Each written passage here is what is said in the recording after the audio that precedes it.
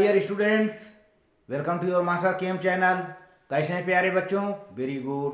तो आज मैं क्लास 12th के बच्चों को इलेक्ट्रोकेमिस्ट्री से effect of electrolytic concentration and temperature on EMF of the cell, यानी Nernst equation for EMF of the cell, standard electrode potential and relation between standard electrode potential and electrode potential के बीच में यह equation का derivation होगा। तो देखिए कैसे होता है प्यारे बच्चों। हाँ तो प्यारे बच्चों, यहाँ पर है effect of electrolyte concentration and temperature on EMF electromotive force of the cell, Nernst equation for EMF of the cell. यहाँ पर पूरे सेल के लिए जिसमें दो दो इलेक्ट्रोड हों उसके लिए नर्स इक्वेशन दिया गया है। अब तक हम जो है एक इलेक्ट्रोड का हम इलेक्ट्रोड पोटेंशियल निकाले थे, लेकिन अब हम जो है डैनियल सेल में दो दो इलेक्ट्रोड होते हैं उसका एक एग्जाम्पल जिंक और कापर का लेकर के हम चलते हैं। तो let us consider the example of the Daniell cell in which the cell reaction is. Cell reaction प्यारे बच्चों दिया गया है यहाँ पर, जैसे एक जिंक है और यहाँ पर कापर है। जिंक सॉलिड है, कापर आयन एक्वस है। अब आप जानते हो कि जिंक इलेक्ट्रोकेमिकल सीरीज में हाइड्रोजन से ऊपर है, कापर इलेक्ट्रोकेमिकल सीरीज में हाइड्रोजन से नीचे है। तो जिंक एक अच्छा रिड्यूसिंग एजेंट होगा, कापर एक अच्छा ऑक्सीडाइजिंग एजेंट होगा। जिंक का रिडक्शन पोटेंशियल निगेटिव होगा और कापर का रिडक्शन पोटेंशियल पॉजिटिव होगा। The zinc will easily oxidize by donating electron to copper and copper will be reduced by accepting electron from zinc. तो zinc आसानी से electron दे देगा और इसका ऑक्सीडेशन हो जाएगा जिंक आयन में। जिंक का दिया हुआ इलेक्ट्रॉन कापर ले लेगा और कापर रिड्यूस हो जाएगा कापर सॉलिड में। तो यह हुआ प्यारे बच्चों reaction, redox reaction, in which the oxidation and reduction reactions are simultaneous, and let us apply the Nernst equations to calculate the electrode potentials of the two electrodes involved here. For zinc electrode, first of all we have to discuss about the zinc electrode only. तो write the zinc electrode formula, zinc solid and एक vertical line है zinc ion, इधर solid इधर zinc ion का electrode है, ये zinc का electrode है। अब इसका रिडक्शन कैसे होगा प्यारे बच्चों? मान लीजिए ये रिडक्शन रिएक्शन है, जिंक आयन है, अगर इसको दो इलेक्ट्रॉन दे दिया जाए तो ये रिड्यूस हो जाएगा जिंक में। चूंकि हमको रिडक्शन पोटेंशियल निकालना है और आपके इलेक्ट्रोकेमिकल सीरीज में जो भी पोटेंशियल दी गई है अकॉर्डिंग टू रिडक्शन, और जो भी हम कैलकुलेशन भी करते हैं तो सभी पोटेंशियल को रिडक्शन पोटेंशियल में कन्वर्ट करके हम कैलकुलेशन करते हैं। क्योंकि IUPAC ने कन्वेंशन दे रखा है कि जितना भी पोटेंशियल हो, अगर रिडक्शन है तो ठीक है, अगर ऑक्सीडेशन पोटेंशियल तो उसको कन्वर्ट करिए रिडक्शन पोटेंशियल में, देन स्टार्ट कैलकुलेशन। तो हम कैलकुलेशन स्टार्ट करते हैं। तो पहले देखिए जिंक का रिडक्शन पोटेंशियल बना लेते हैं, जिंक प्लस 2 इलेक्ट्रॉन, तो जिंक रिड्यूस हो जाएगा जिंक में।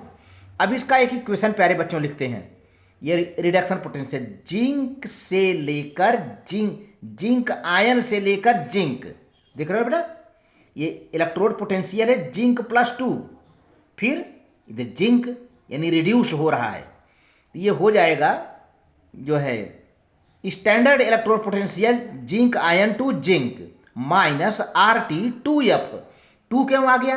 क्योंकि दो इलेक्ट्रॉन जिंक लेकर के, जिंक आयन दो इलेक्ट्रॉन लेकर जिंक में रिड्यूस हो रहा है, इसलिए 2, और F means Faraday value, L means natural log, L means प्यारे बच्चों नेचुरल लॉगेरिथम,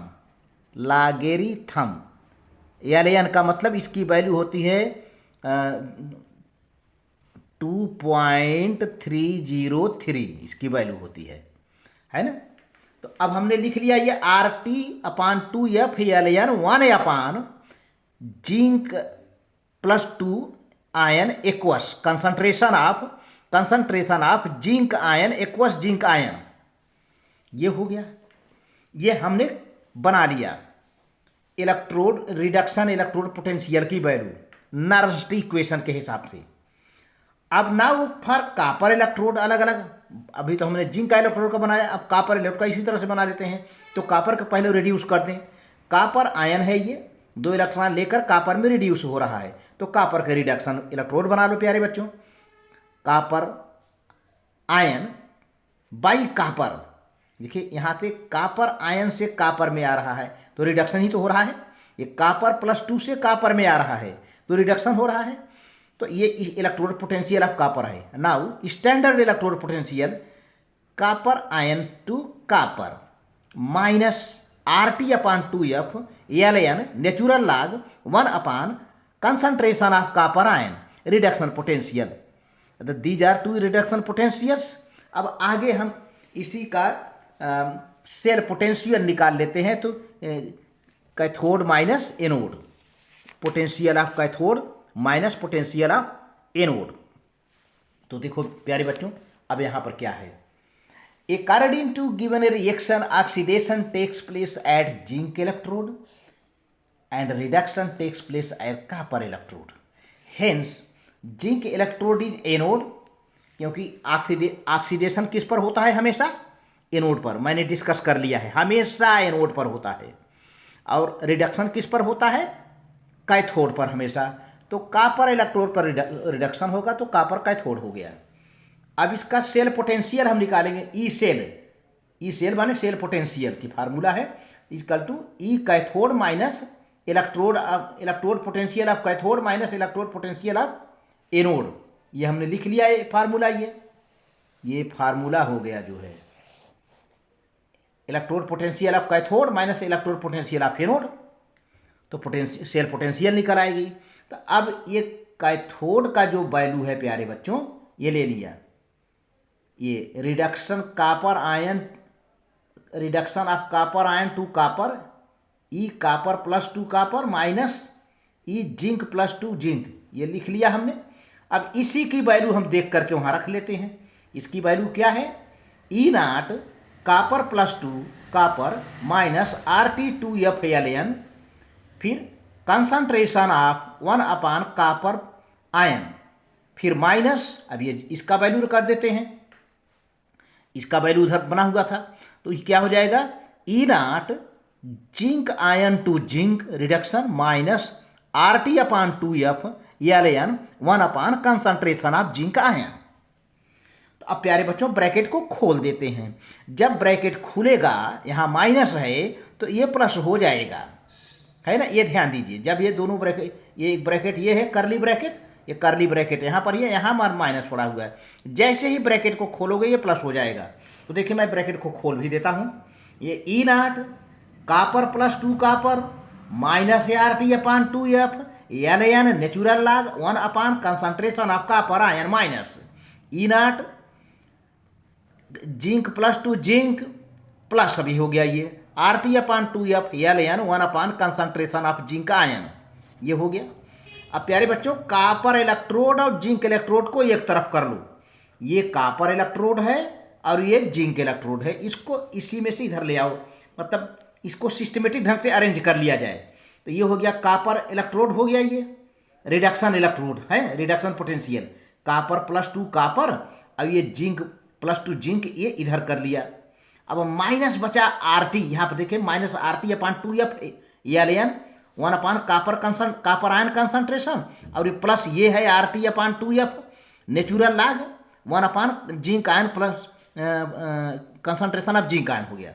ठीक है, अब इसको क्या करते हैं, चूंकि RT दोनों में है तो हम RT को कॉमन ले लेते हैं, एक ब्रैकेट बना लेते हैं स्क्वायर ब्रैकेट, RT/2F को कॉमन ले लेते हैं। तो क्या बचेगा, तब ये जो प्लस है, ये जो प्लस जहां मेरा पेंसिल दिख रहा है, ये प्लस माइनस हो जाएगा जब हम ब्रैकेट बनाएंगे। ये स्क्वायर ब्रैकेट बना हुआ है तो RT/2F दोनों में से कॉमन है, हमने कॉमन ले लिया। अब Ln 1 concentration of copper ion minus, अब ये जो प्लस है माइनस हो गया यहाँ पर, Ln 1 concentration of zinc ion हो गया। अब देखो बेटा, अब चूंकि माइनस है तो लॉगरिथम में माइनस है तो उसको हम डिवाइड कर देते हैं, है ना। तो इतना अपान इतना तो डाइवर्ट हो जाएगा, तो उलट करके हो जाएगा क्या, एल एन, यहाँ पर जैसे था वैसे ही चलेगा, ये जो जैसे वैसे चला रहेगा। Electrode potential reduction electrode potential of copper plus two copper minus reduction electrode potential of zinc plus two zinc और minus R T two F. अब एल एन हमने एक बार लिखा, चूंकि माइनस है ना, जब माइनस रहा करे तो हम डिवाइड कर देते हैं, और जब यही प्लस रहा करे तो हम इनटू कर देते हैं, ऐसा लॉगरिथम में है। तो अब क्या करेंगे, ये इसको हम इससे डिवाइड कर दें तो ये उलट जाएगा, डाइवर्ट हो जाएगा। तब ये जिंक ऊपर चला जाएगा, जिंक प्लस आयन अपान कॉपर प्लस आयन, ये हो जाएगा। अब इसको हम और आगे ले चलते हैं, इसको और करीब करीब हम नर्स्ट इक्वेशन की ओर बढ़ रहे हैं। तो देखिए कैसे होता है नर्स्ट इक्वेशन।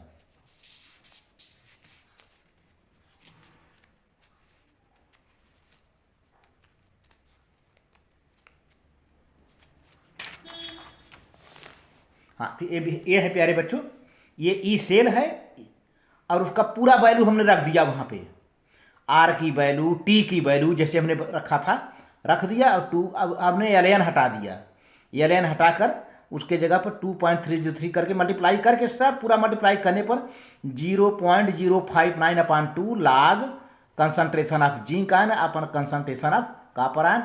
यही नर्स्ट इक्वेशन है, यही नर्स्ट इक्वेशन है प्यारे बच्चों, यही नर्स्ट इक्वेशन है। अब इसका मतलब क्या है कि 10 cell potential depends on the concentration of both copper ion and zinc ion. किसी भी सेल की सेल पोटेंशियल कॉपर आयन और जिंक आयन पर जो है डिपेंड करेगी, जिसका ऑक्सीडेशन हो रहा है उसका आयन, जिसका रिडक्शन है उसका आयन के कंसंट्रेशन पर डिपेंड करेगी। और सेल पोटेंशियल की वैल्यू इंक्रीज होती है with increase in the concentration of copper ion and decrease in the concentration of zinc ion. Zinc ion की कंसंट्रेशन जब घटेगी और कॉपर आयन की जब बढ़ेगी तो सेल पोटेंशियल बढ़ जाएगा। तो ये बेटा वीडियो रहा, अच्छा लगे तो लाइक करके सब्सक्राइब कर देना, शेयर कर देना। Thank you.